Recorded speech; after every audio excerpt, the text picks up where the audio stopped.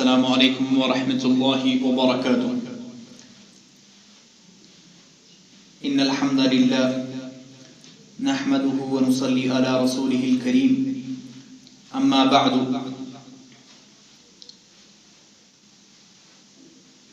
بطخ پوری صاحب کو کیونکہ میں نے ایک کل ویڈیو دی تھی ان کے خلاف، جیسا کہ مجھ کو پتا تھا کہ وہ نہ تو اس کا جواب دے پائیں گے اور نہ تو ان مدلل ادلہ کی طرف وہ آ پائیں گے جو میں نے ان کے سامنے رکھنے کی کوشش کی تھی۔ وہ اپنی عوام، جیسے میں نے کل بھی کہا تھا، ان کو خوش کرنے کے لیے اپنے ہی بندے سے فون کراتے ہیں اور مختلف قسم کی کذب بیانی اور دھوکہ دہی سے کام لیتے ہیں۔ اس بار جو انہوں نے مسئلہ چھیڑا ہے، یہ بار بار اس لیے مسائل کو چھیڑ رہے ہیں کیونکہ حالیہ ہی دنوں میں جو وقوف جمعہ کے بارے میں ان کی ضلالت اور ان کے مفتیوں کی نااہلی سامنے آئی تھی کہ مسلمانوں کی وہ رہنمائی نہیں کر پا رہے تھے کہ ابھی ان اوقات میں امت مسلمہ کو کیا کرنا چاہیے۔ وہ فتویٰ بھی انہوں نے ابھی بھی ان کا وہ چل رہا ہے، کسی بھی آپ دیوبندی شخص سے پوچھ لو اور کہہ دو کہ تمہارا کیا مسلک ہے، کیا کہتے ہو تم کہ نماز کہاں پڑھی جائے، کیا کیا جائے، تو ابھی بھی وہ تشویش کے اندر اور ان کو پتہ ہی نہیں ہے کہ آخر ہم نے کرنا کیا ہے۔ انہوں نے ایک بات اس میں یہ بولی تھی کہ 3 بندے مسجد میں جائیں۔ اب مسجد چونکہ کھلی ہوتی ہے، ان کے انداز سے ان کا فتویٰ جو تھا کھلی ہوتی ہے اور وہاں پر ان کے اشخاص یہ سوچ کر جاتے ہیں کہ وہاں 3 بندے آئیں گے، لیکن عام عوام جو ہے نہ تو کسی کی سنتی ہے نہ کسی کا مانتی ہے۔ وہ ان کی مساجد میں ایسے بھیڑ اکٹھا کر رہے ہیں جس سے سیدھے ظاہر ہوتا ہے کہ دیوبندی اکابرین جو خود کو کہتے ہیں وہ کتنے نااہل ہیں فتویٰ دینے میں۔ عرب عجم کے تمام اہل السنہ والجماعت نے یہ فیصلہ کیا تھا کہ ابھی جمعہ کے بدلے گھر میں ظہر پڑھی جائے گی۔ چند مخالفات ہوئی، لیکن اگر ہم کشمیر کی ہی بات کریں، یہاں پر اہل السنہ والجماعت اہل الحدیث نے اس فیصلے کو آگے کیا اور لوگوں نے ان پر بہت قسم کے طعن کرنے شروع کر دیے۔ ان کے مفتیوں نے ان کے خلاف زبان درازیاں کرنی شروع کر دی، لیکن اللہ تعالیٰ کے فضل و کرم سے ایک ایک کر کے یہ سارے اسی مسئلے پر آ گئے۔ مفتی نذیر انہوں نے بھی اب یہی مسئلہ بولا، یا باقی جو بھی ان کے اکابر ہیں انہوں نے وہی مسئلہ بیان کیا جو ہمارے علماء نے بیان کیا تھا۔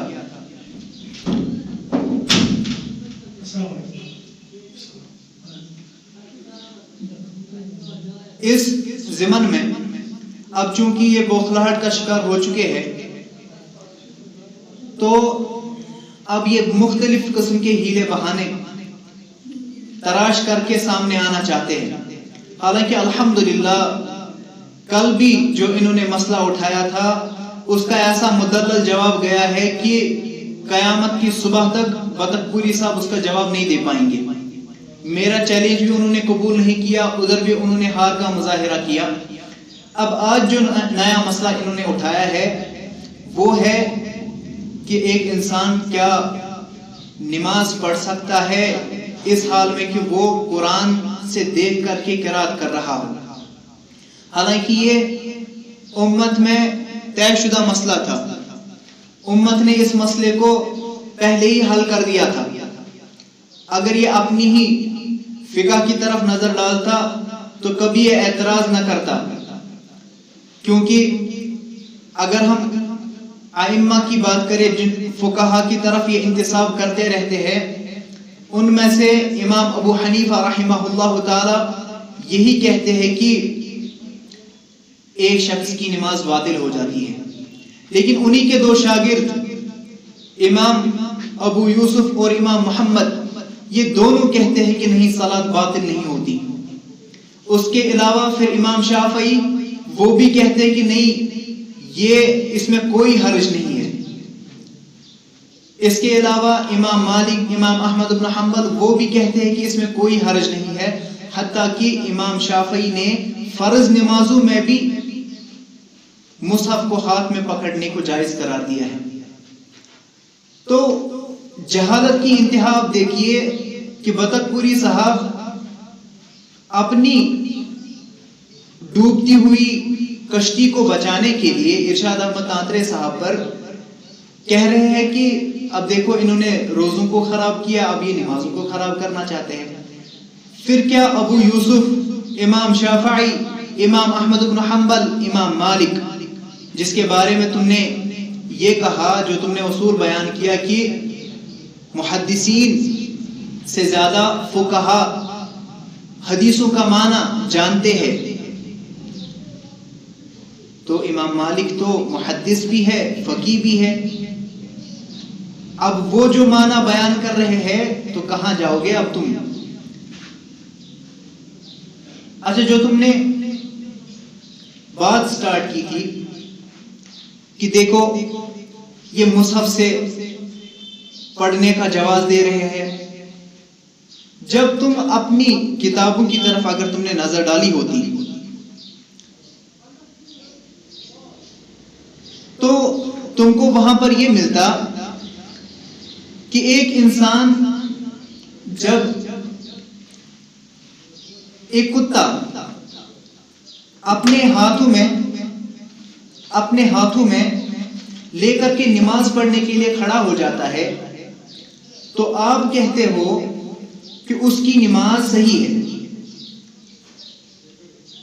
حنفی مذہب کی مشہور کتاب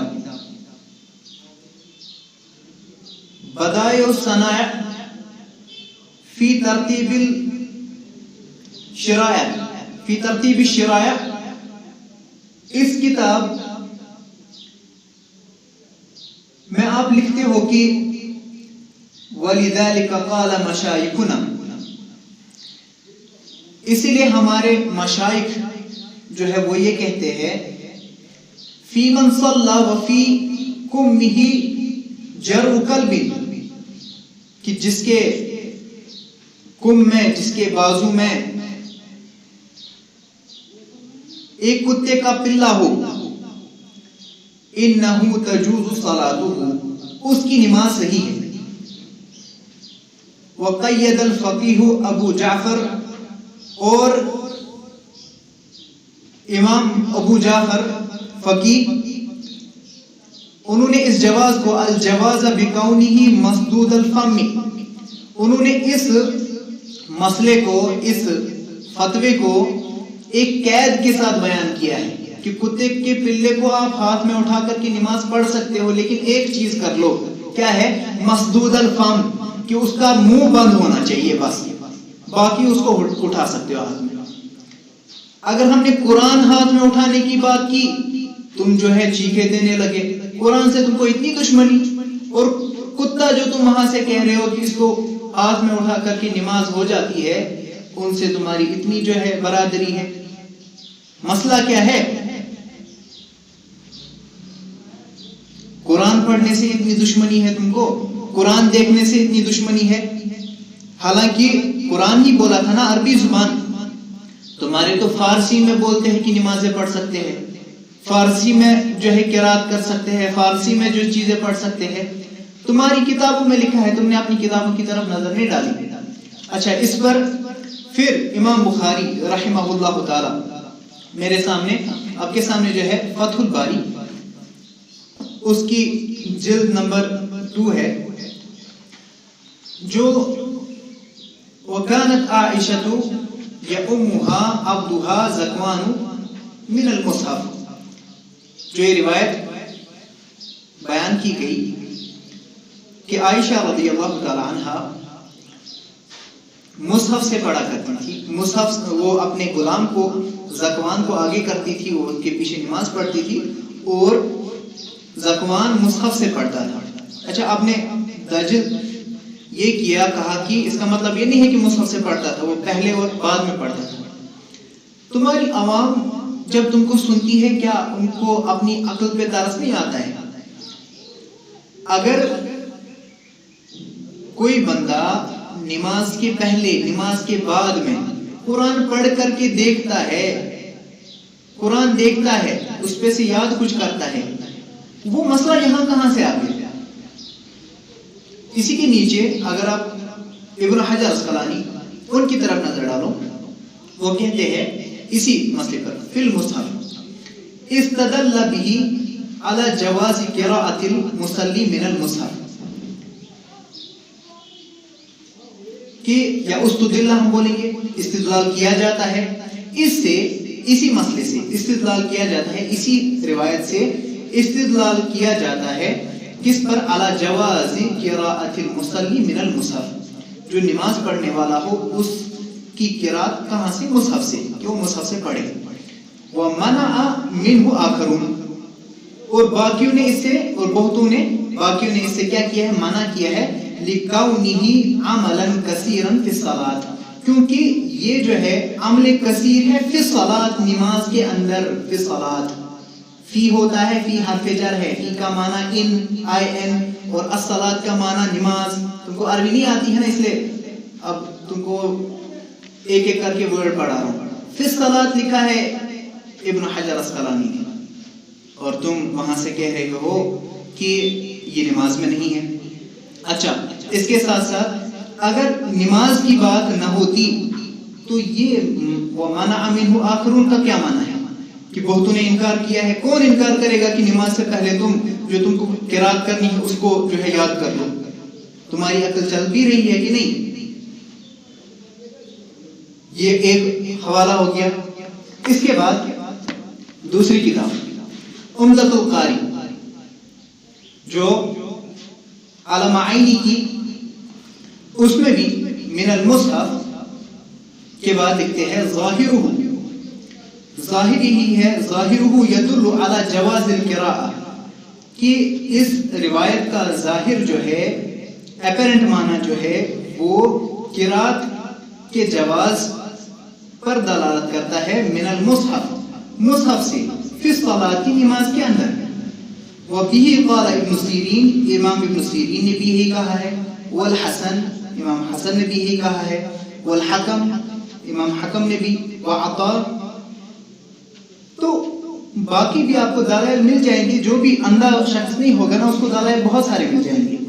یہ مبنی ہے. آپ امام احمد بن حنبل کا مسئلہ جان لو. وہ کہتے ہیں، صفحہ نمبر ہے 280 اور یہ جلد نمبر 2. کہتے ہیں قال احمد لا بأس، کوئی مسئلہ نہیں، کوئی پریشانی نہیں، ان یصلی بالناس، اس میں کوئی حرج نہیں ہے کہ لوگوں کو پڑھائی جائے. یصلی بالناس، تو صلی کے بعد بھی آئے تو مطلب نماز پڑھانا. ان یصلی بالناس القیام وهو ينظر في المصحف، کہ لوگوں کو نماز پڑھائی جائے وهو ينظر في المصحف، اور اس حال میں کہ وہ مصحف میں دیکھ رہا ہو. یہ ساری چیزیں تو اسی حدیث سے آئی نا. قیل له، اس میں ان سے پوچھا گیا، فی الفریضۃ، کیا فرض نمازوں میں بھی یہی ہے؟ قال لا، کہا نہیں، فرضوں میں نہیں. لم اسمع فیہ شیء، اس میں ہم نے کچھ چیز سنی نہیں ہے، اس میں کچھ نہیں سنی ہے. اچھا اسی میں ایک اور اچھا سا قول وہاں بیان کیا گیا ہے. وسئل الزہری عن رجل، امام زہری سے پوچھا گیا شخص کے بارے میں، یقرأ فی رمضان فی المصحف، کہ جو مصحف سے رمضان میں مصحف سے دیکھ کر کے پڑھتا ہے. فقال، تو اس پر جو ہے نا امام زہری نے فرمایا، کان خیارنا یقرؤون فی المصاحف، ہم میں سے بہترین مصاحف سے پڑھا کرتے تھے. یعنی کس میں؟ نماز میں. تو آپ پتہ نہیں کہاں سے آ جاتے ہو. کیا مسئلہ آپ کو؟ کیا دشمنی اتنی جو ہے اہل السنہ والجماعت سے کہ آپ جو ہے کہیں پر رکنے کے لیے تیار ہی نہیں ہو؟ اگر ابھی کے اہل سنت والجماعت کے کبار علماء کی طرف بھی نظر ڈالو، اچھا اس کتاب کا تو آپ کو بہت سارا مجھے پتا ہے آپ کو وحشت اس کی ہے ہی، فتاوی اللجنہ الدائمہ، اس کا جلد نمبر 6 ہے، پیج نمبر ہے 396۔ اچھا کہتے ہیں حل یجوز للامام، کیا جائز ہے امام کے لیے قراءۃ القرآن فی الصلاۃ، نماز میں قرات کرنا من المصحف، مصحف سے، ام لا یعنی فی غیر رمضان، رمضان کے علاوہ، حتی یستفید منہ الناس، یا جب تک کہ اس سے جو ہے اس وجہ سے کہ لوگ اس سے جو ہے فائدہ اٹھائے، وذالک اثناء الصلاۃ الجہریہ، اور یہ جہری نماز کے دوران ہے، کیا ایسا جائز ہے؟ تو وہاں سے جواب دیتے ہیں کون؟ رئیس ہے امام ابن باز، اور اس فتوے پہ عبدالرزاق عفیفی اور عبداللہ ابن بدیان، یہ کبار علماء میں سے ہے ماشاءاللہ۔ تو وہ کہتے ہیں تجوز، جائز ہے قراءۃ القرآن فی الصلاۃ من المصحف، مصحف سے دیکھ کر کے، فی رمضان و فی غیرہ، رمضان میں بھی اور غیر رمضان میں بھی، رمضان میں بھی اور غیر رمضان میں بھی، یہ دونوں چیزیں جائز ہے، دونوں اوقات میں یہ جائز ہے، فی الفریضۃ و فی النافلہ، فرضوں میں بھی اور نوافل میں بھی، اثناء الصلاۃ الجہریہ، جہری نمازوں میں، اذا دعت الحاجۃ الی ذلک، جب حاجت اس کی طرف دعوت دے، یعنی جب حاجت ہوتی ہے، جب ضرورت ہوگی تو پڑھ سکتے ہیں، کسی کو یاد نہیں ہے، کوئی پڑھنا چاہتا ہے، کوئی شخص جو ہے امام کے پیچھے کھڑا ہے، امام کے پیچھے کھڑا ہے اور وہ یہ چاہتا ہے کہ مجھے نظر رہے، مجھے کسی کو عربی نہیں آتی، تو وہ اس پہ نظر رکھ کر کے جو ہے کم سے کم الفاظ کو دیکھ سکتا ہے۔ یا ایک اور فائدہ یہ بھی ہو سکتا ہے کہ جو امام ہے اگر اس کو کبھی بھی غلطی ہو جاتی ہے تو اس کو بھی جو ہے تصحیح کی جا سکتی ہے، جیسے کہ کان انس رضی اللہ عنہ یصلی وغلامہ یمسک المصحف خلفہ، انس رضی اللہ تعالیٰ عنہ جو ہے نماز پڑھتے تھے اور اس کا غلام جو ہے مصحف ہاتھ میں لے کر کے پیچھے کھڑا ہوتا تھا، فَإِذَا تَعَايَا فِي آیَةٍ فَتَحَ عَلَيْهِ، جب وہ کسی آیت میں جو ہے غلطی کرتے تھے، رک جاتے تھے، تو وہ جو ہے غلام ان کا، وہ ان کو جو ہے اس میں لقمہ دے دیتا تھا یا بول دیتا تھا وہاں کیا ہے، فَتَحَ عَلَيْهِ۔ یہ مصنف ابن ابی شیبہ میں روایت ہے، جلد نمبر 2 337 پر۔ اگر آپ ان چیزوں کی طرف نظر ڈالتے تو کبھی آپ جو ہے اعتراض نہ کرتے۔ اچھا آپ نے یہ بات بولی، آپ نے کہا کہ دیکھو یہاں سے آپ نے نبی صلی اللہ علیہ وسلم کا نہیں بولا، ہاں ابوبکر صدیق کا نہیں بولا، بھائی ہم نے کبھی یہ دعویٰ کیا ہی نہیں کہ نبی صلی اللہ علیہ وسلم سے ثابت ہے، ہم نے یہ کبھی دعویٰ ہی نہیں کیا کہ یہ سنت ہے، ہم نے تو اس کا جواز طلب کیا ہے نا، ہم نے جواز طلب کیا کہ کیا کر سکتے ہیں کہ نہیں، اور یہ تم خامخواہ جو ہے ہم پر جو ہے چڑھاتے ہو کہ دیکھو یہ صحابہ کی نہیں ماننے والے، حالانکہ سب سے بڑے صحابہ کے دشمن تم ہو۔ اگر تم نے کبھی ہمارے اصول فقہ کی کتابیں اگر ہمارے فقہ پہ نظر ڈالی ہوتی تو ہم یہ کہتے ہیں کہ مرفوع کے مقابلے میں موقوف مقبول نہیں ہے، آپ کے پاس کوئی اثر نہیں ہے نبی صلی اللہ علیہ وسلم سے، کوئی مسئلہ ثابت نہیں ہے، کوئی ایک جز ہو سکتا ہے، تو پھر اس میں ہم رجوع کرتے ہیں صحابہ کی طرف، کیوں نہیں؟ ہم نے کب ایسا بولا کہ نہیں؟ ہاں لیکن تمہارا کیا مسئلہ ہوتا ہے، اپنی دال گرم کرنے کے لیے آپ کبھی صحابہ کے کسی شاذ قول کو جو ہے امام الانبیاء محمد رسول اللہ صلی اللہ علیہ وسلم کے خلاف پیش کرنا چاہتے ہو، تب ہم کہتے ہیں کہ نہیں، اصل بات جو ہے رسول اللہ صلی اللہ علیہ وسلم کی، اور جو ہے ایک صحابی جو ہے معذور ہو سکتا ہے کہیں پر، اس کا مطلب تھوڑی یہ ہے کہ ہم نے صحابہ کو نہیں مانا، صحابہ کے سب سے بڑے دشمن تو تم ہو، اور ہم کو کہا جاتا ہے کہ دیکھو دلائل نہیں دیتے، دیکھو کہ آج صحابہ کی یہ بات کر رہے ہیں، حالانکہ یہ بات بھی آپ کو دیکھنی ہے کہ صحابہ کے دشمن آپ، حضرت عائشہ رضی اللہ تعالیٰ عنہ یہ کر رہی ہے اور تمام صحابہ موجود ہے، کسی نے اس پر انکار نہیں کیا، اور آپ جو ہے اس اجماع سکوتی کا آج انکار کر رہے ہیں۔ دعویٰ اجماع کا ہے، دعویٰ اجماع کو ماننے کا ہے، اور دشمنی اجماع سے، صحابہ سے اور تمام صحابہ کا میں بولوں گا، کیونکہ اگر یہ کام غلط ہوتا تو صحابہ ان پر ضرور انکار کرتے۔ اچھا آپ نے جو بات کہی عمر رضی اللہ تعالیٰ عنہ کے حوالے سے، اگر سچ میں جو ہے نا آپ میں کذب بیانی اور دجالیت چھپی ہوئی نہیں ہوتی نا تو آپ سیدھے کہتے وہ ضعیف ہی نہیں بلکہ اعلیٰ درجے کی ضعیف موضوع تک وہ روایت علماء نے بیان کی ہے جو آپ نے عمر رضی اللہ تعالیٰ عنہ کا مسئلہ بولا. کیوں؟ کیونکہ اس میں ایک راوی نحشل ابن سعید ایسا راوی ہے جس کے بارے میں میزان الاعتدال اگر آپ کھولیں گے امام ذہبی وہ فرماتے ہیں اسحاق بن راہوی کان کذابا، اسحاق بن راہوی قال عنہ کذاب، کہ یہ جو اسحاق بن راہوی ہے انہوں نے اس راوی کے بارے میں کہا کہ کذاب تھا. ابو حاتم اور امام نسائی نے کہا متروک ہے، یحییٰ اور دارقطنی نے کہا ضعیف ہے. اور کذاب جس پر بولا جائے اور یحییٰ ابن جو ہے اسحاق ابن راہوی جیسا شخص اس کو بولے کہ یہ کذاب ہے تو اس کے بعد کیا آپ جو ہے اس کی روایت پھر بھی پیش کر رہے ہیں؟ آپ کے علماء نے تو کہا ہے کہ وہ ضعیف روایت ہے، موضوع روایت ہے، پھر بھی پیش کر رہے ہیں خواہ مخواہ. تقریب التہذیب دیکھ لے ابن حجر اسقلانی اس راوی کے بارے میں کہتے ہیں متروک وَكَذَّبَهُ اسحاق بن راہوی. ایک تو یہ متروک ہے اور اسحاق بن راہوی نے اس کو کذاب قرار دیا ہے. کذاب کی روایت آپ پیش کر رہے ہیں، مسئلہ کیا ہے؟ مجھے لگتا ہے جیسا کہ آپ کے جیسے ایک بندے نے بولا تھا امین اکاڑوی فتوحات صفدر میں، اس نے اچھی بات ایک بولی ہے. کہتا ہے جھوٹوں کی روایت جھوٹے پیش کرتے ہیں، جھوٹوں کی روایت جھوٹے پیش کرتے ہیں. جو جھوٹ کی روایت ہو نا یہ نحشل ابن سعید کی یہ کذاب ہے، ویسے ہی تم بھی کذاب ہو کیونکہ تمہارے ہی ایک بڑے عالم نے یہ کہہ دیا کہ دیکھو جھوٹوں کی روایت جھوٹے ہی پیش کرتے ہیں. حالانکہ تمہارے تمام دعوے جو ہے وہ باطل ہے، تمہارے تمام جو ہے تمہارے اعتراضات اس میں کوئی اصل نہیں ہوتی. یہاں سے تم صحابہ کے دشمن ہو. اچھا بات کیا کرتے ہو کہ چلیے ہم تو یہاں سے نحو صرف کی غلطیاں نکالیں گے. ارے او بابا کہاں سے آئے ہو تم؟ مجھ سے نحو اور صرف کے مسئلے پوچھو نا، مجھ سے آؤ، مجھ سے بات کرو. اللہ کی عظمت کی قسم جو تم نے یہ تقریر کی ہے نا کل اور آج، اس میں جو بھی احادیث ہے ان پہ، ان کی نحو اور صرف پہ اگر تم مجھ سے بات کرنے کے لیے تیار ہو جاؤ، جب تم آؤ گے میرے پاس 500 روپے انعام دوں گا. جب تم وہ بات مکمل کر لو، چاہے تم جیتو یا ہارو، اللہ کی عظمت کی قسم 5000 روپے تم کو دوں گا میں. جو بھی تم نے کل اور آج مسئلہ بیان کیا ہے اس میں جو بھی احادیث ہے اس کے نحو اور صرف پہ میں تم کو چیلنج دے رہا ہوں. آ جاؤ میرے سامنے.